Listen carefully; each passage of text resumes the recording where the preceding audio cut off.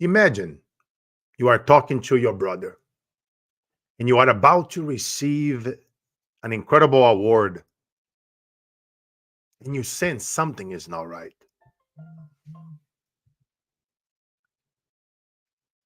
And you said, "Are you okay?" And the person say, "Yes." "Are you sure? Would you like to have a conversation?" And that person says, "Go get your award. And when you come back home, we'll have a talk about it." The problem is that when you went back home after receiving that incredible award, you receive one of these calls that none of us want to have. Your brother died from suicide.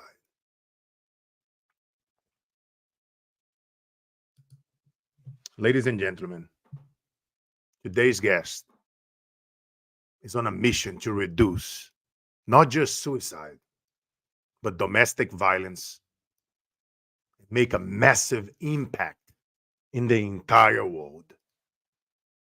Welcome to the stage, Nobel Peace Prize nominee, brand ambassador of hope from the global movement of hope, author, coach, and speaker, Kelly Markey. What's going on, Kelly? Hi.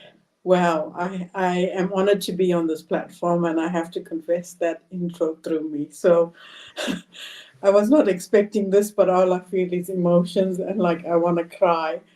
I'm honored to share this space with you, Carlos. And yes, this, as you can tell, is an incredibly deep and personal journey for me. So it means a lot for me to bring awareness and. I am certain that someone somewhere is going to find solace, and we are going to be a beacon of hope to people around the globe. Thank you for Yes. this collaboration.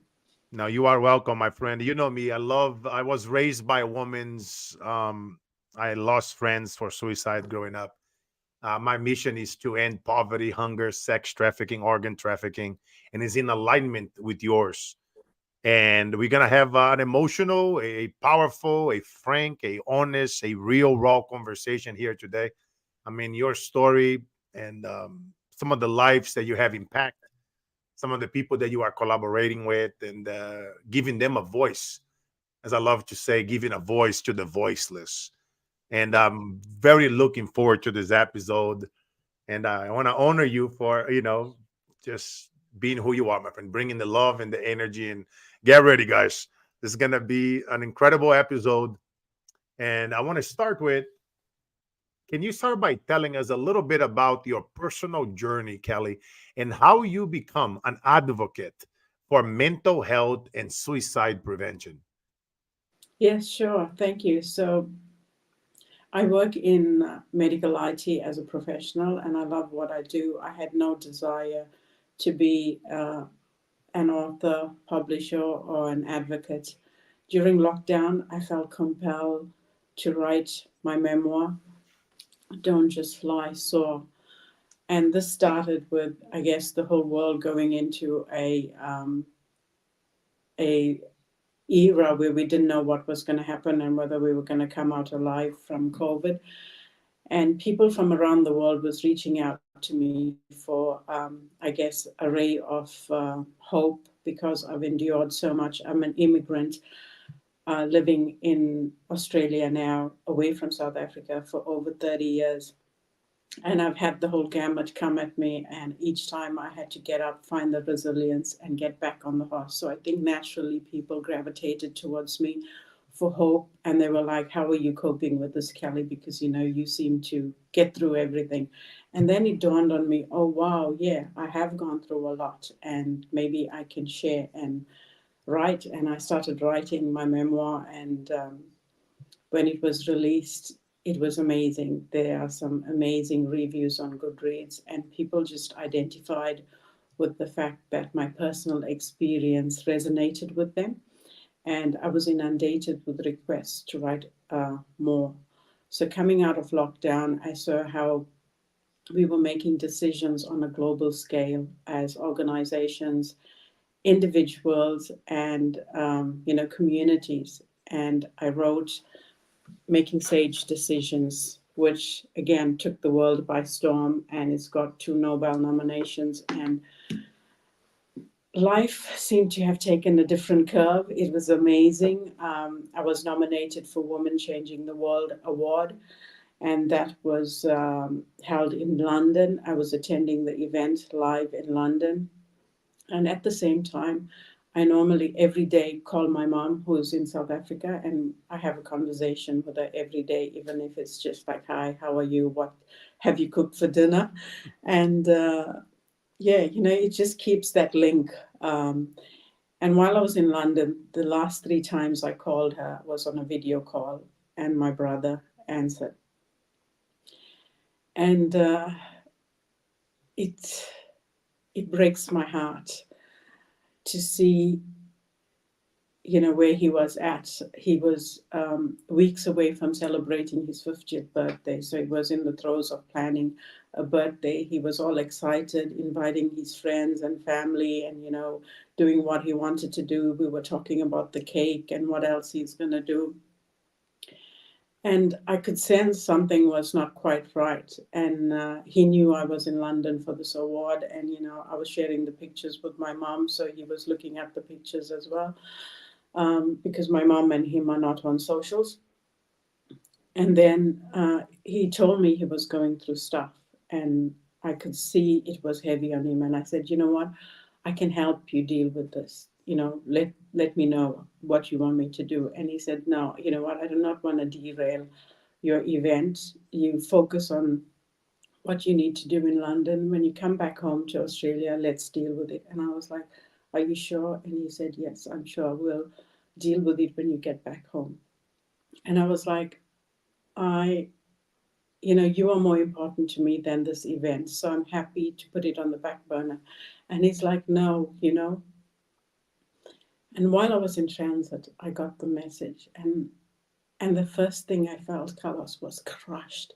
I was honestly, I was angry first with him. And I was like, "You told me you were going to wait. And why did you do this?"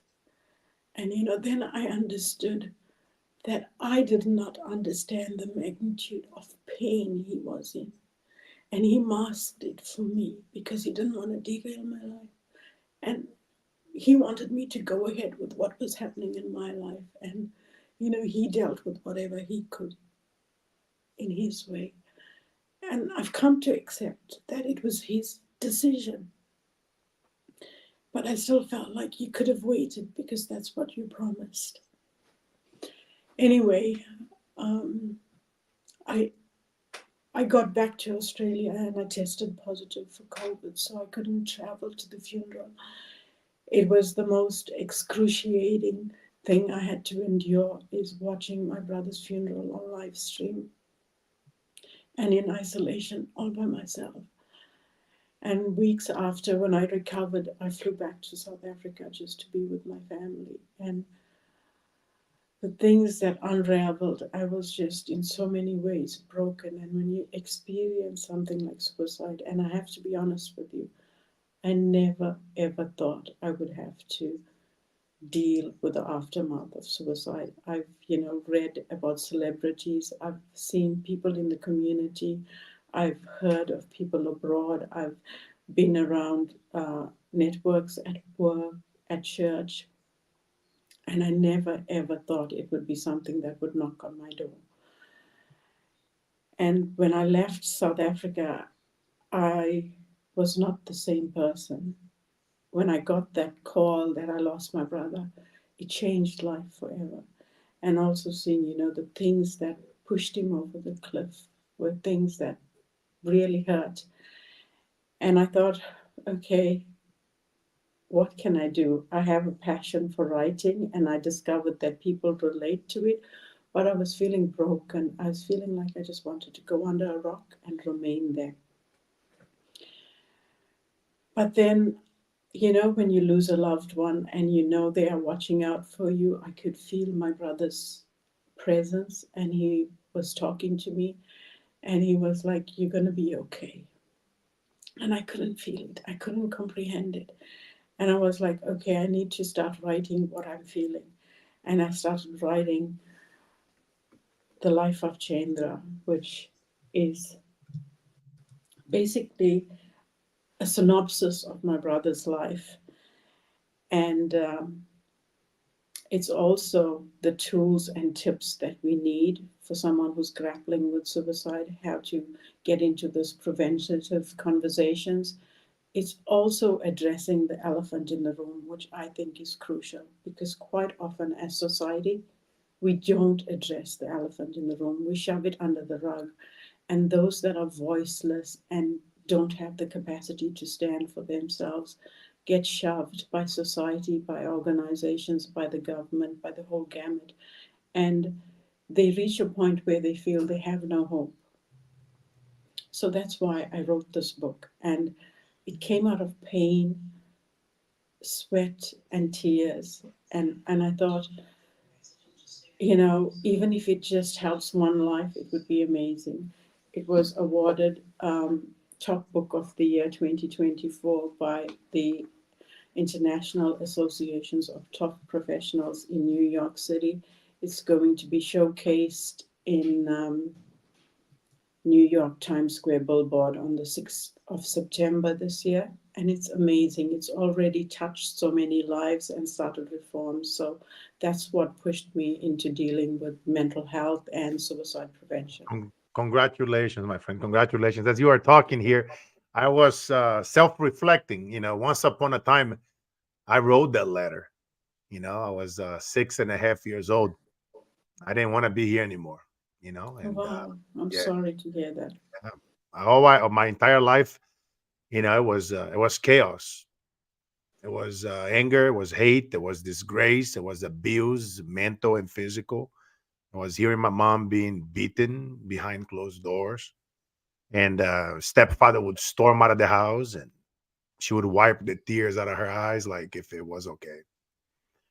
And that me, just a little boy that couldn't do nothing about it. That's all I knew. And so I know the darkness that your brother were going through because I've been there. I often tell people I will never take you to a place that I haven't been before. And I seen the devil in their eyes a few times, but just somehow, God spoken to me before I did it. It was a whisper, and and at that moment that I was about to kill myself, I can imagine your brother at his most darkest time. He wasn't selfish. He showed love to you. He said, "No, you go on, and you speak life into others. You go on, and you receive your award."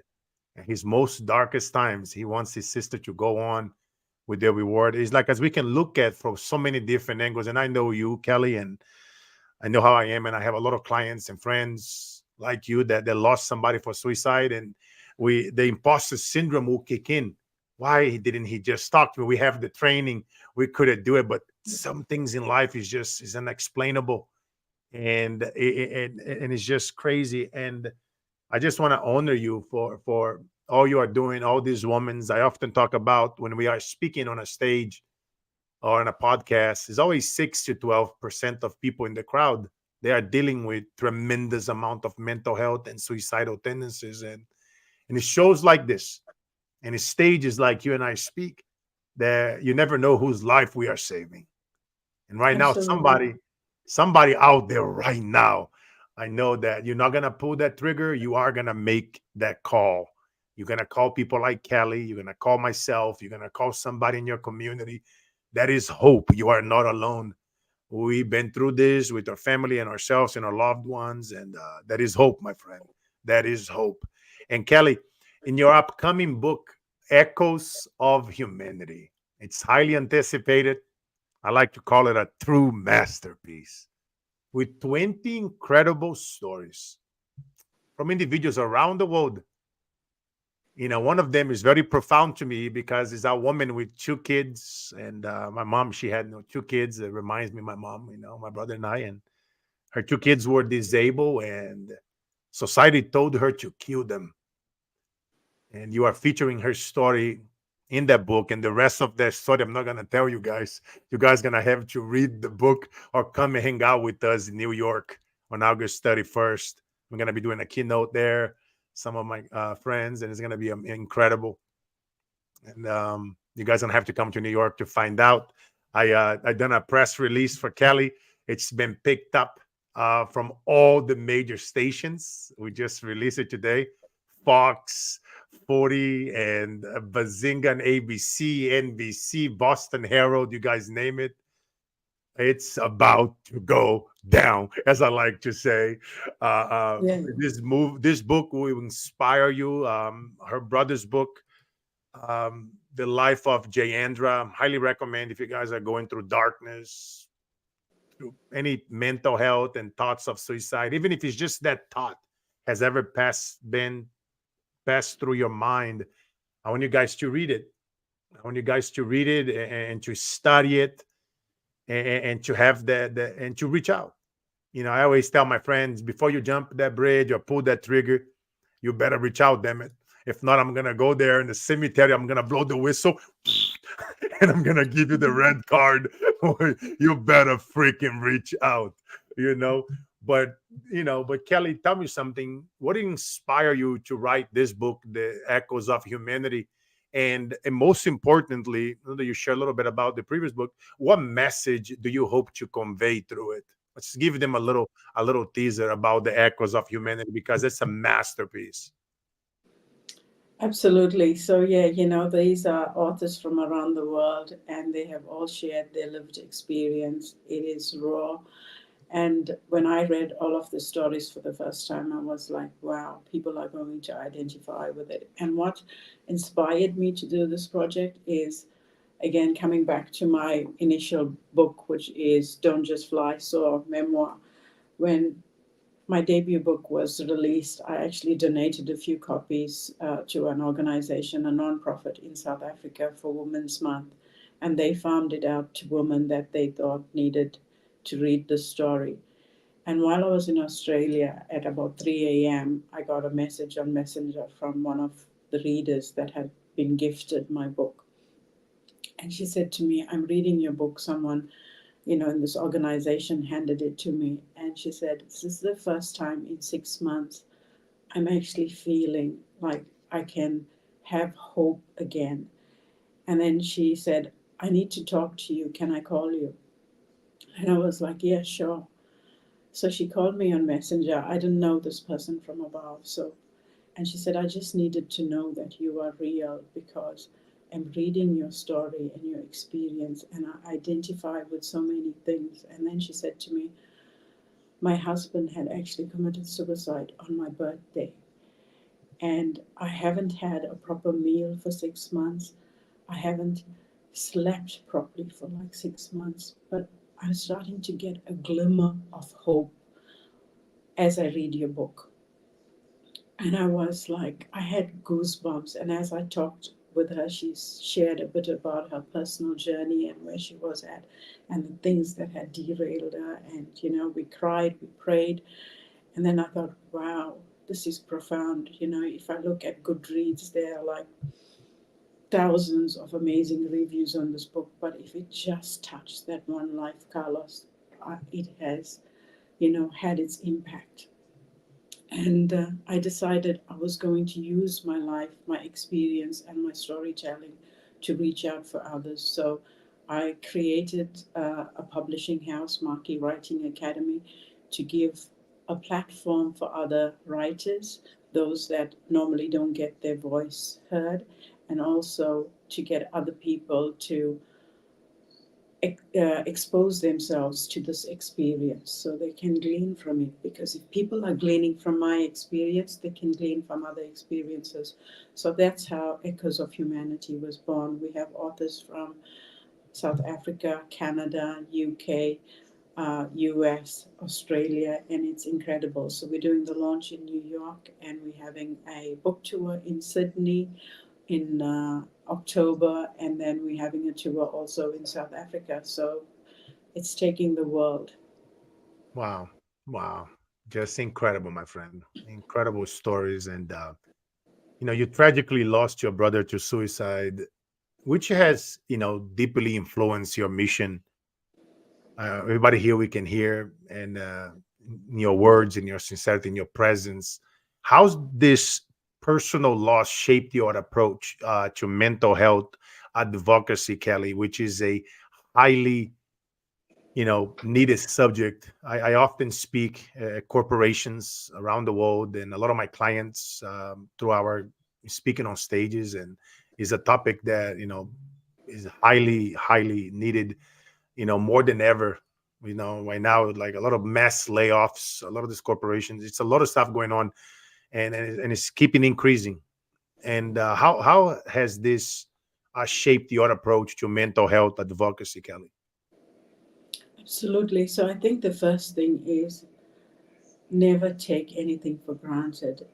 Actually, research shows that everyone that has committed suicide has actually spoken about the fact that they are contemplating to end their life. So when someone does that, we need to take it seriously. We need to equip ourselves in what we need to say, in what we need to not say, in what we need to do, and what we need to not do, because there's a lot of, um, what can I say,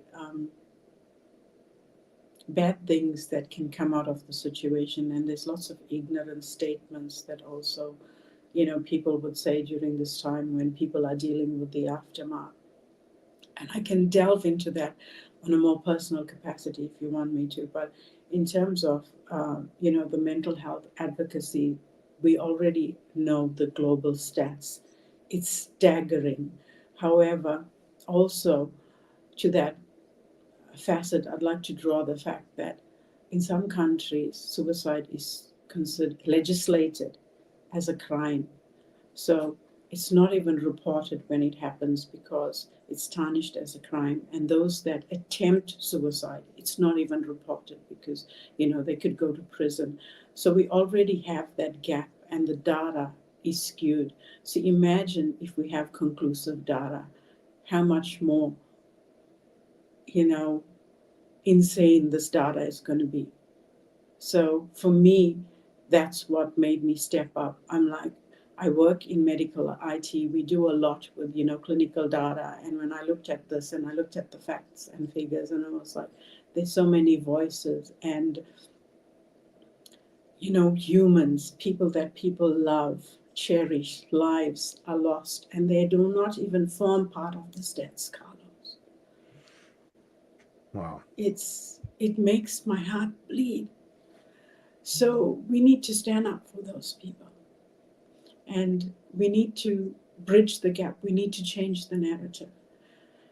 And the other thing is, we all think it's not going to happen to us. And we sit back and we think, someone will make a difference. I was watching a documentary um, on TV on Netflix, which was how Peter Jackson um, created his trilogy, Lord of the Rings. And during that, they mentioned that the pressure was so high because he had to produce three movies in a short space of time. And the crew was mentally challenged. It was so bad that one guy contemplated suicide. And even though, it's such a high caliber project and it's gone viral globally, Peter Jackson had to step back and hit reset on his set and crew and the whole filming thing. And he said he had to bring reform, and they introduced, talking about it and getting a buddy system where men can talk to the other guy in the set and basically say, I'm not, feeling okay. So we need to bring that culture. And I know around the world we've started Are You OK Day, but it's more than just that. It's about going um, beyond, just scratching the surface and making a difference and identifying the risk. And if you don't have the capacity, getting a professional or an institution involved to help the person. It's Yeah. actually taking them on the other side of the fence, not just leaving them there when you've identified it. Yes, so true. I often talk to CEOs of companies and board of advisors whenever they come to me for help and they are planning a mass layoff. I try to always kind of avoid that route and talk to them out of it by seeking other routes, because to a lot of people, when you get laid off, as we know the numbers, percentage of them end up killing themselves because that's their identity.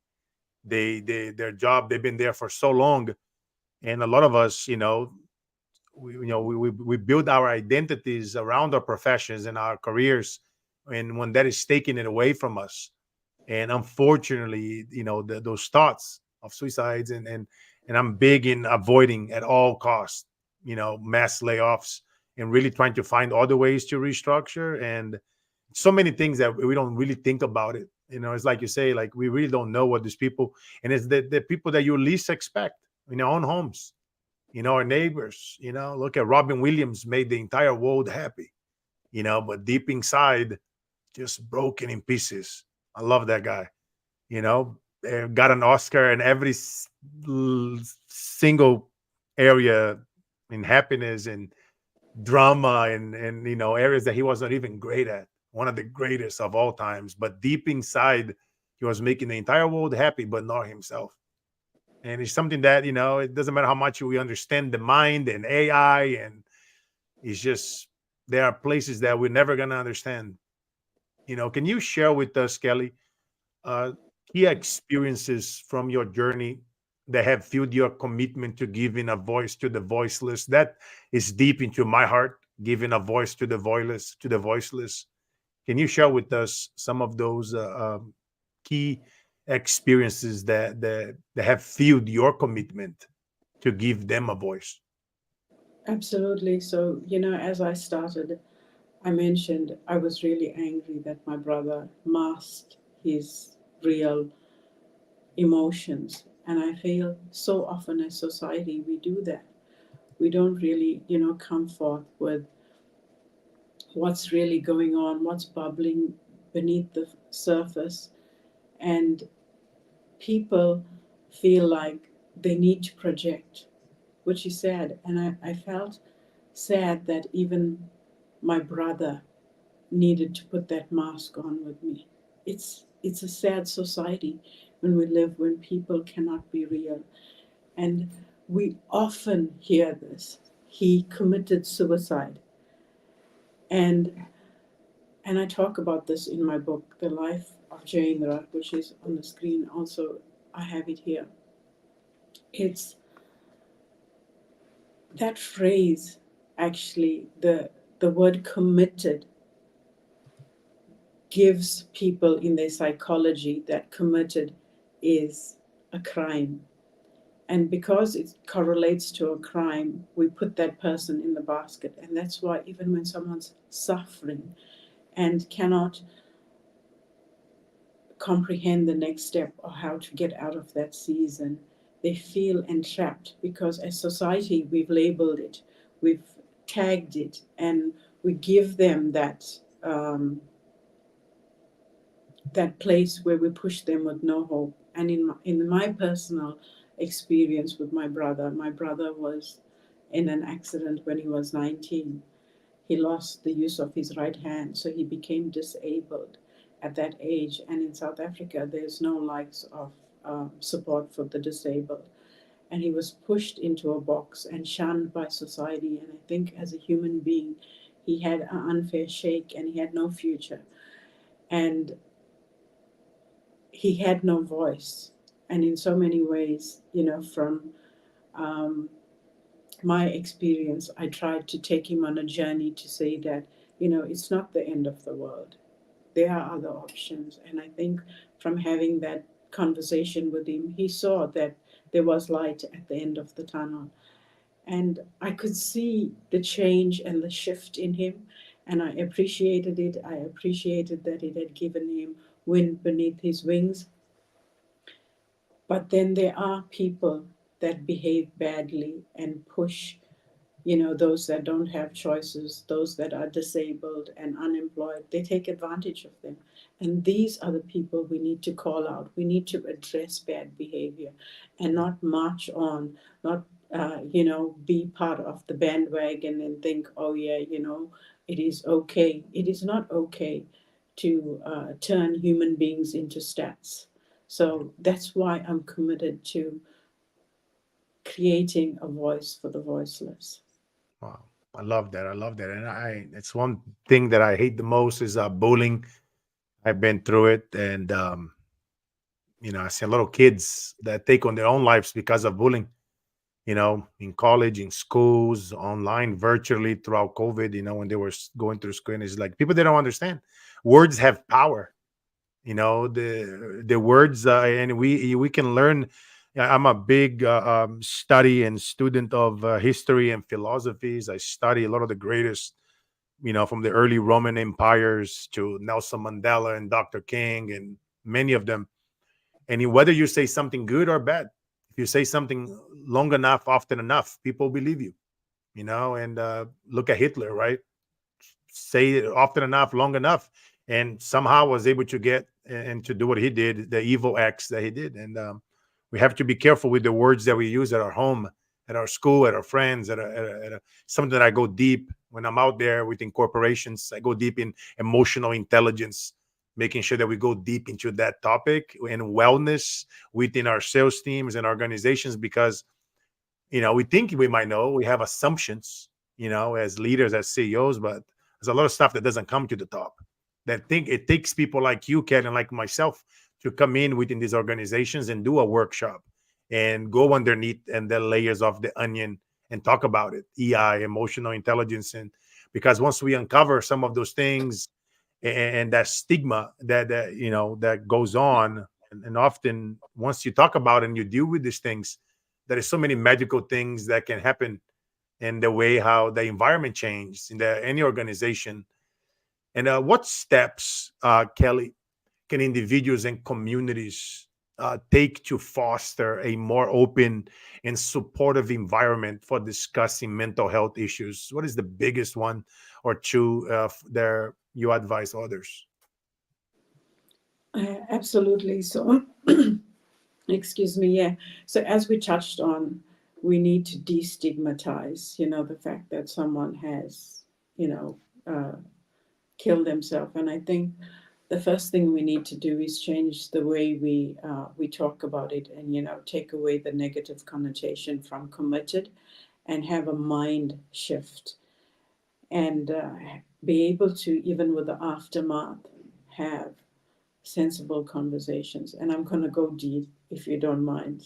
For me I love it. personally, I um, I'm living in a foreign country, away from my family nucleus, and so essentially there's no family support. I rely on my network, and I go to church. I'm a Christian, and sadly, and I was going to a church that's a renowned church, uh, um, founded by a celebrity figure and all of that. And I was part of a connect group, and I got no real support. I got no real compassion. I was shocked, Carlos, at one of the connect group. A guy at the um, church event who's older than me asked me, "So, where do you think your brother has gone now that he killed himself? Is he gone to heaven or hell?" And I was grappling with suicide. I was still in shock from my brother's death.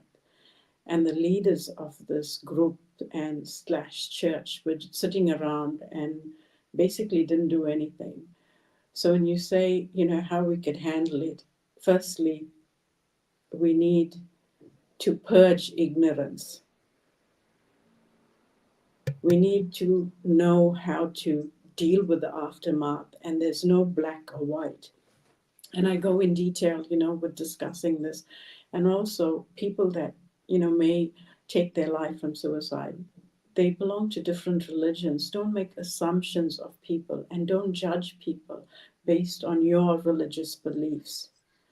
Um, and you don't know the conversation that that person has had with God or did not have with God. And besides, at the end of the day, you are not God to sit in there and judge what happens to the person's soul or not. And when someone's grappling with the aftermath of suicide, the least you could do is show a bit of empathy. Empathy, basic empathy. Like, Wow, that was a shocking experience. It was harrowing, and I had to walk away from the church. And I still do not find the courage to be around Christians because I feel we are all broken people, but they have their own agenda as well. They were, intimidated by my brand. So they didn't care about the fact that I was grieving for my brother, and that was just noise to them. They were just focused on derailing my brand, which is a sad society. Hence, I formed this mission, beacon of hope and social change, because we need people to realize that we're not minions just going in and saying, okay, this is what, that says, and, if someone commits suicide, we should tick that box. That's not how society should operate. We are humans, relate and have that interpersonal relationship where you treat the other person like a human being so they don't have to kill themselves. And those that are dealing with the aftermath, treat them like a human being. Yes. Wow. It's funny that I study many religions. I read many Bibles from all the religions. I love understanding different religions, and so that I can understand when I'm doing a work for a company or for an individual or family. I've done a lot of work with the wealthiest families in the world, and I study it, and it's so true. Some of the stuff that I seen, growing up and traveling the world, I taught myself several languages, and some of those things are just it's just crazy, right? Within certain religions, as a woman, I was raised by a woman. That's why I love helping women like you, Kelly, through my work, because sometimes they going through so much abuse and cheating, but in the eyes of the society and their religion, they still have to they cannot divorce that animal, because you are an animal if you are cheating and abusing and beating a woman. You wouldn't beat me 6'5", 300 pounds with military and 30 years of martial arts background, I bet you. you know but you beat a woman, and because sometimes you a man with different structure. And it's just crazy how some of the questions, right, that the people ask us and they don't think about it. It's just like, just pause before saying something stupid like that, right? About asking, the surviving sister if whether the person's gonna go to hell or heaven. Like, I'm telling you, it's common sense is no longer common nowadays. When I hear these stories, it just angers me. But I know that's hope. I know that's great people like that, like you and myself and many others that you and I are surrounded by. They are out there speaking life into others. And you've been involved in numerous initiatives around the world that are reducing suicide rates and domestic violence, and truly, bringing that social change globally. And I love that about you. Can you highlight, some of the most impactful projects that you've been part of it? Absolutely. So I work with Lifeline in South Africa as well. So I deal with grassroots issues for especially sexual violence, rape victims, and helping them with all the amazing projects that they do. I'm a philanthropist for many projects in the developing world like Nepal, India, South Africa, Fiji. And I also have created this publishing platform to help authors that normally wouldn't get the opportunity to share their experience, like what we earlier discussed with the lady that was dealing with two disabled children and how society projected on her. So there's many other authors that are getting the opportunity that would normally not get the opportunity from mainstream publishers. I'm also working with young adults in the developing world with a SOAR award, basically giving them the opportunity to write and get their stories out there so people can learn from the lived experience. And I work with also supporting research for the Cancer Institute and innovation with the Cancer Institution. That's to name a few. Wow, that's incredible, my friend. I just God bless you for all you do, Kelly. I know, I bet you hear that often, but in case if you don't hear that often enough, I just want to say over here live that keep bringing it, sister. You are incredible. Oh man, it's just so many things that going through my mind over here, and so many questions. I want to shift it a little bit. because you and I know how powerful writing and storytelling is in dealing with mental health. I remember when I was young, I loved journaling, and I know how much that helped me. I wrote songs, I wrote poems. I used to learn how to imitate musicians and celebrities. So I would close my eyes and I start talking like them. So I felt like, it was them that in the room with me. I just spoke life into myself. I was hungry. I didn't have a father. Father's Day suck. Everybody talking about their dads. I never had one. And, sometimes I will go on rice for 90 days. And I just close my eyes and I just start imitating the sounds. It's funny, even as I think about the word sounds, a shout out to my good friends, the Sounds of Freedom, the movie. I was invited to become an executive director on that movie, but I did, instead of Mhm. donating them money, I was actually donating money to causes for friends to go on missions to rescue little girls. And I'm glad that I did that because of quite a few girls was rescued. And but shout out to my brothers, the Sounds of Freedom, and the movie, the Monteverde brothers. They had a nice movie they just released also called Cabrini, great historical movie. And Wow. Yeah. but what role do you see storytelling playing in the fight against suicide and promoting of mental health awareness?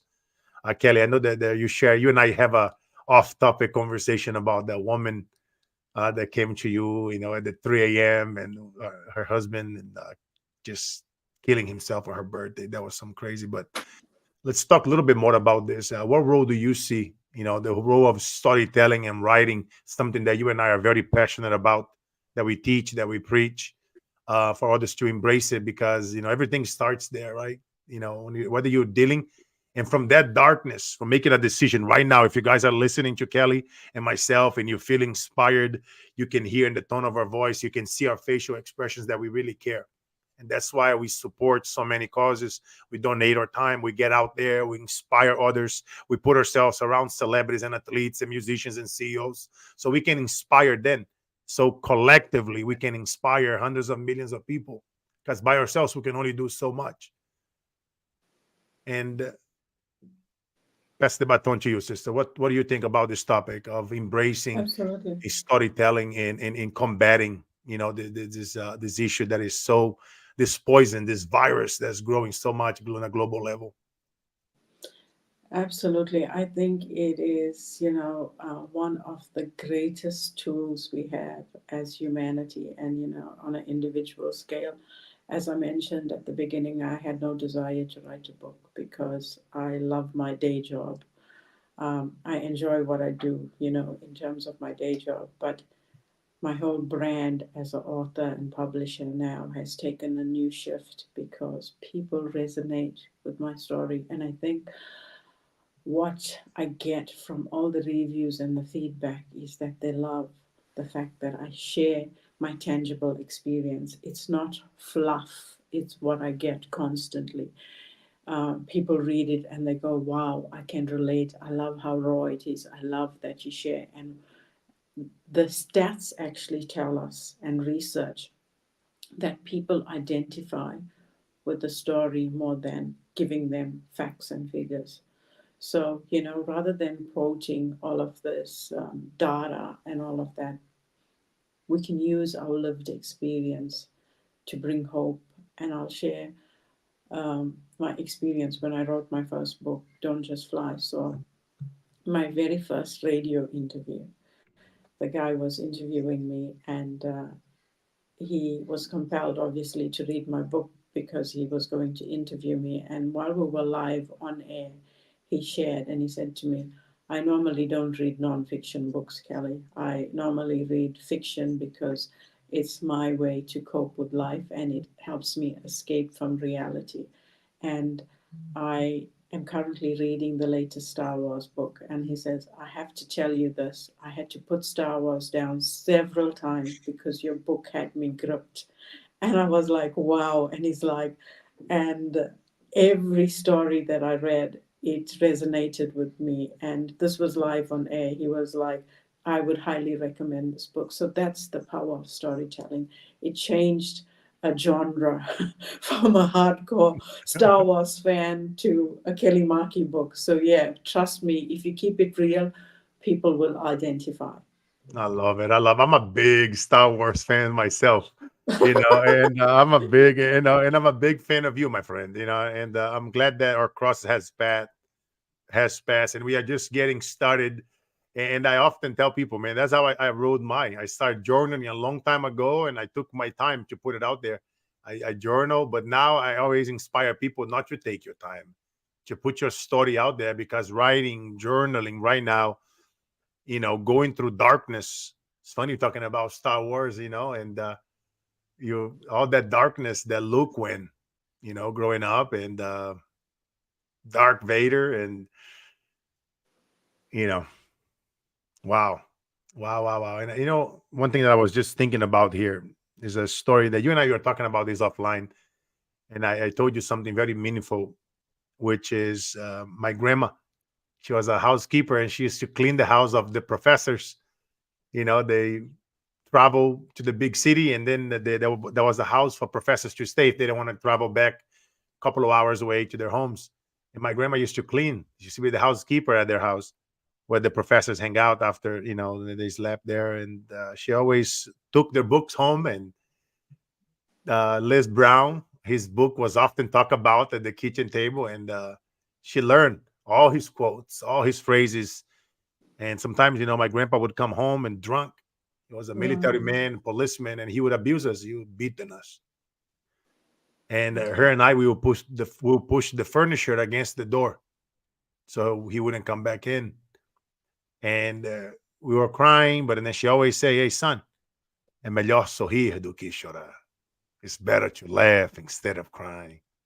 And then she would go say, "Você vai para a lua, que você vai chegar nas estrelas. You keep going for the moon, that you will land among the stars. You have greatness within you." I really hope somebody is hearing me right now, because that words are for you, my friend. Anybody that's listening to Kelly and I, if you're going through darkness, I want you to know that you are not alone, that you have greatness within you, that you go para a lua que você vai chegar nas estrelas. You keep going for the moon, that even if you miss, you will land among the stars, that you journal, that you write, and then you just put yourself out there. There's so much things out there that you can research on Google, on AI, on YouTube, and how to write, how to publish a book on Amazon, and self-publishing, where it requires no money. And for some of you guys that have money, reach out to people. Well, it doesn't have to be Kelly or myself. Reach out to somebody, seek help, and put your story out there. You never know who's listening. You never know who's watching. You never know when you're gonna get a message. I have received hundreds of messages in my lifetime after speaking on stages or after an episode like this, when they literally wrote I was gonna do it. I saw you talking about on the stage, Kelly. I saw you talking about the stage, Carlos. I saw that one interview, Carlos Inspire Show, episode 65. And wow, I'm here today leading, speaking on stages. That can be you, my friend, listening to us right now. And Kelly, you are about to take New York by the storm with a powerful keynote address. Without giving away everything, what are some of the main points that you plan on covering your speech on August 31st, 2024? We're going to rock that stage in New York. New York is going to be small for what is about to be unleashed. Wow. Yeah, wow. That was all profound. Thank you, Carlos. What you shared. I loved your, mother tongue lingo. That's amazing. Thank you. Thank you for And you, inspiring me, my friend.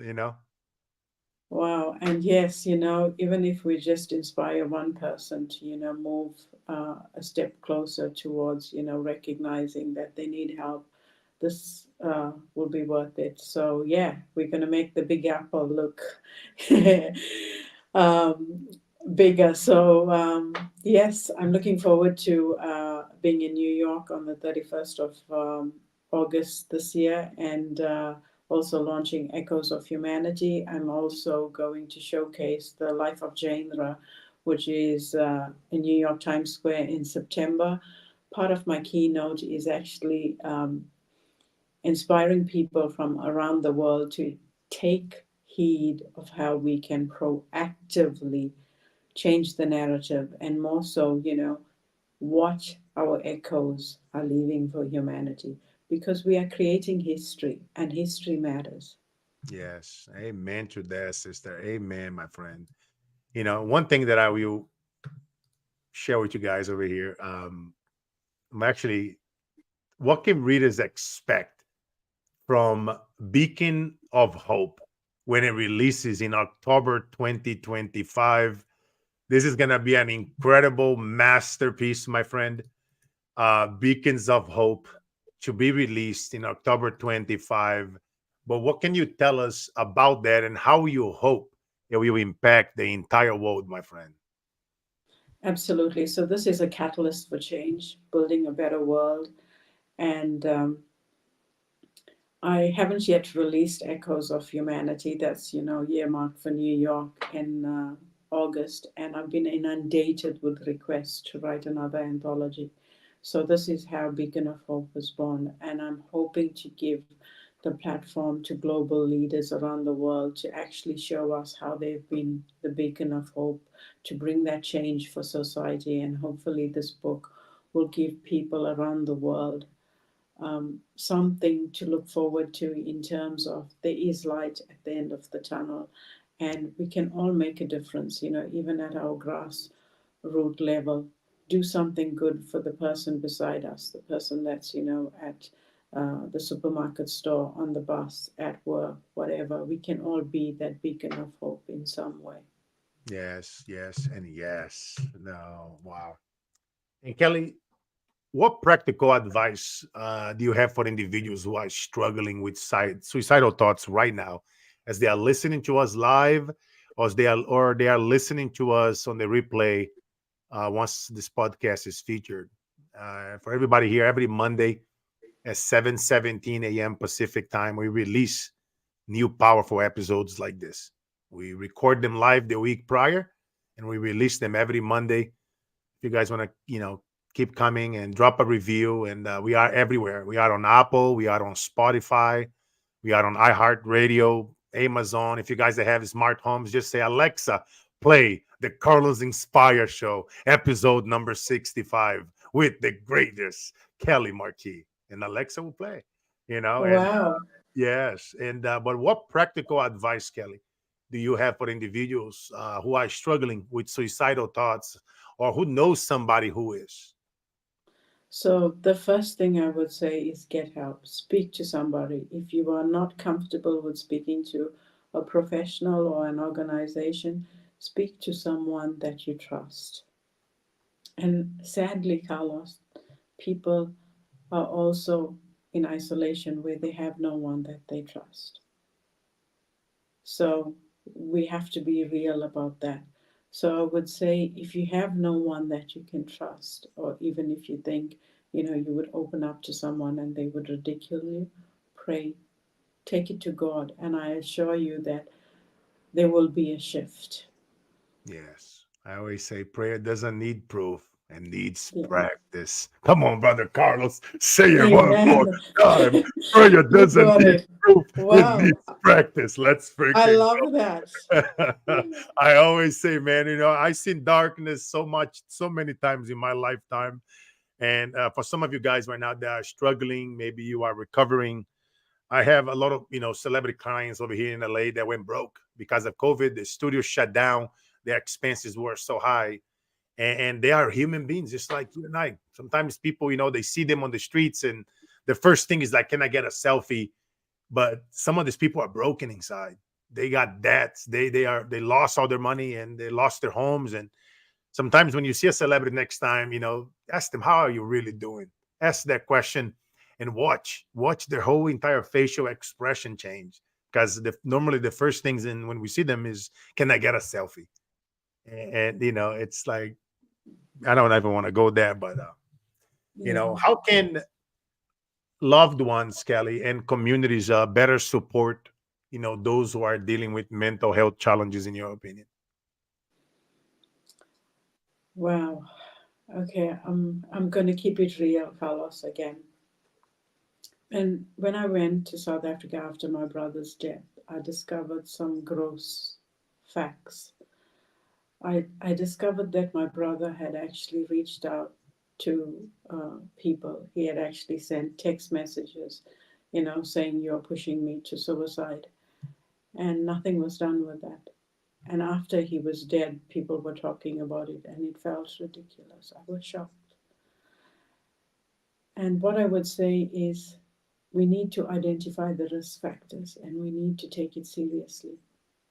If someone, as I said, stats indicate that a person has given the proof and indicated they are willing to go that way. So don't think it's a joke. As a society, we need to act on it. We need, if we're not equipped, that's why I've, come up with this. It gives you the tools, the keys. It's got tools on how to approach, things, what to say, what not to say, how to identify the risk. And don't turn people into stats. When someone tells you you are pushing them to suicide, take it as reality. It's someone's life. You may not care about them, but they are loved ones that care about them. So stop and pass on that critical data to someone. Because if you do not want to do something, let someone else do something about it. Yes, no, That's the highly. critical advice I could give to humanity. And I highly recommend, guys. You guys are reading the Life of Jay Andra. Is an incredible book, and you guys, you'll be surprised how listening, saving this episode, sharing with somebody that's struggling, that's going through it. And sometimes it's the smallest things that you may think that, oh, who am I to make a change or create an impact? You'll be surprised. It starts, you guys know my story. I start selling that bread, at 7 years old, making 50 cents a day for 10 years and speaking life and saying, one day I will leave the hood, I will make the impact. I will be one of the guys that help eradicate hunger, sex trafficking, organ trafficking. I'll be one of the guys that inspire and empower the leaders, the gurus, the presidents, the celebrities, the athletes. And like I say earlier, if you say something often enough, long enough, you end up doing it. You guys know in this incredible show, we had amazing people that we interview here in this show that we've been doing now for almost 6 years. And Kelly, what are your future plans and goals for continuing your mission for social change and mental health advocacy? What is ahead? I know that we have New York on August 31st. Manhattan is about to go down. We're all going to be there. And but what else? What else are some of your future plans, my friend, that you can share with the world? Absolutely. So the Beacon of Hope anthology has, been, I guess, instigated. That's going to come out, from this mission. It's born, and I've already got authors coming on board. I am hoping to take this message and this mission around the world. So hopefully release this in another dynamic, amazing city next year, and to touch lives, to bring reform, and to have those hard conversations. And I think as society, a lot of us don't have the capacity to have the hard conversations. And even in the work setting, um, people don't really want to discuss the nitty gritties and what people are facing. They're just like, oh, all about budget and schedules. Let's just drive to meet the deadline. I want to change the narrative and make the world a better place, not so harsh that we just stick with our agendas and people are so busy and they can't even take a call. Before my brother ended his life, he made his final phone call, and the person he called did not pick up. Imagine if it was answered. And that's what I want to do for humanity, is when someone calls you, you are not too busy. Amen, sister. Amen.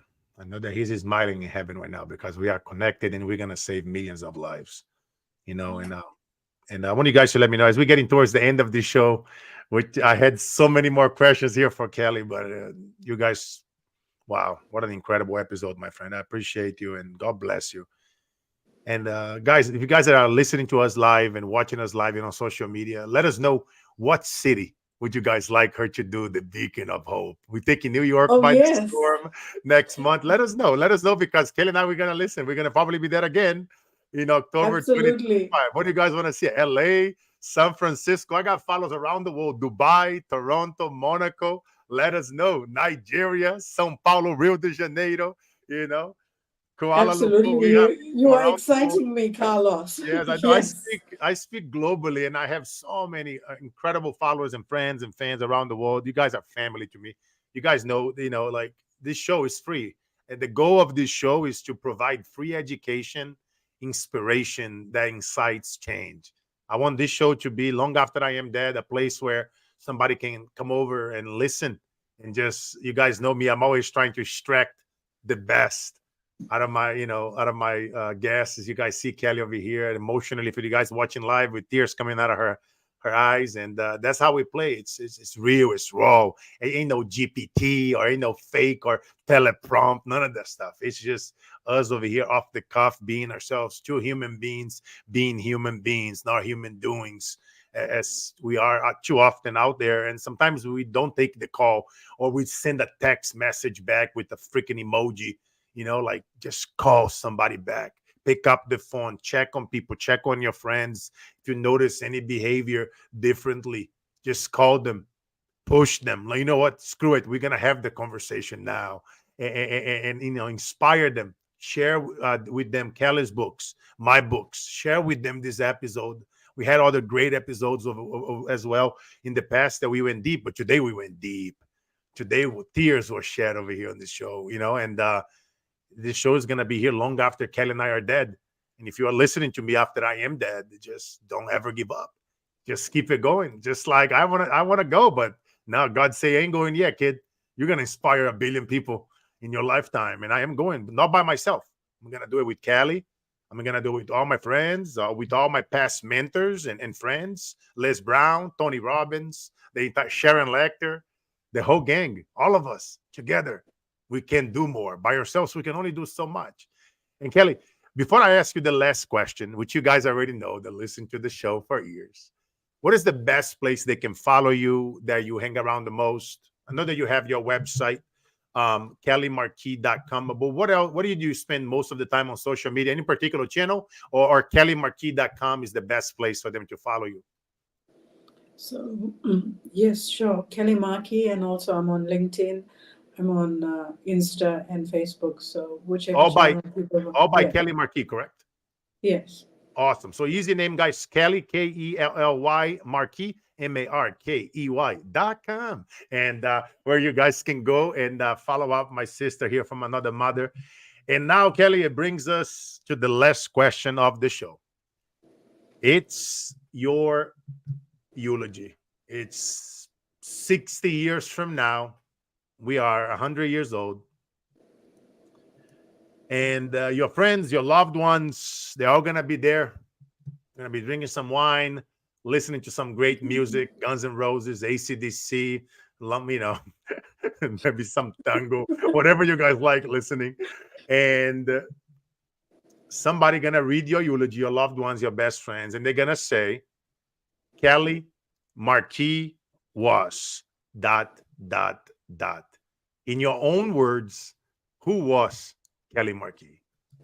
Okay, before I have to put a disclaimer, Carlos. You have to play if I go before you, you have to play Mandisa. She's an overcomer, Okay, I got that note. You see, it's on the record. and you can dance on my coffin, and you can sing. She's an overcomer. So that's how I'm gonna go down, right? Actually, someone sent me. It was Nadine last night. She sent me 3 songs. And she sent me one of it was Mandisa, You're an Overcomer. And I cried because that's one of my favorite songs. Yes, I will And even shout out play to Kelly. Nadine. If I go before you, I will even blow the whistle. I know, Well, I know that you are like me. You don't want to see nobody sad. If you guys come to my stuff, man, you guys better don't be sad or crying. You guys better come over, drink some wine, whiskey, tea, coffee, water, whatever you like to drink. You know, I smoked some cigars, listened to some AC/DC, Guns N' Roses, and Pink Floyd. I have a lot of musician friends of mine of famous bands. You Wow. guys better come over and play. I know you guys are a little bit older than me. Some of my favorite bands. Shout out to my brother Scott Page from Pink Floyd. We had a great interview on my show. Wow. Good friend of mine. But yes, now for sure, sister. But in Kelly Okay. Markey's own words, who was Wow. Kelly Markey? So for me, my mission statement for Markey Writing Academy is enhancing humanity on cruise control. And I beseech you all to come with me on this journey. And even when I'm gone, I pray that, there will be that mantle that will continue. There'll be that beacon. There'll be that cohort that will continue in my footsteps and that legacy that I'm leaving.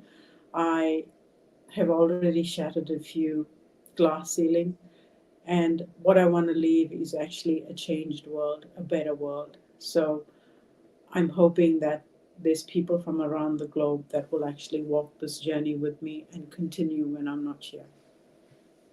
Wow. Ladies and gentlemen, there you have Nobel Prize nominee, author, coach, incredible human being, Kelly Markey on the Carlos Inspire Show.com. And I appreciate you, my friend. You guys know the drill.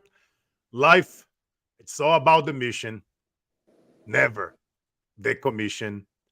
And for anybody that's struggling, single moms, young kids, if you've ever been abused or tortured physically or mentally, you know the drill. I've been there. Anybody that's going through hunger right now, I've been there. Know the drill. If it sucks, if you're struggling, you're worrying about whether the bills are going to be paid next month or not, whether clients are going to show up or not. I've been there, and I pray for you. I pray for you to not to give up, to keep it going. And before you even thinking about giving up, pulling that trigger, hanging yourself or jumping the bridge or whatever way you wanted to do it, I wanted to pick up that phone and call me and text me, text Kelly, follow us on social media. Imagine me 6'5", 300 pounds in front of you, giving you a hug, lifting you out of the floor and saying, the days that breaks us are truly the days that makes us. God bless you guys. Wow. Thank you, Carlos. This has been incredible.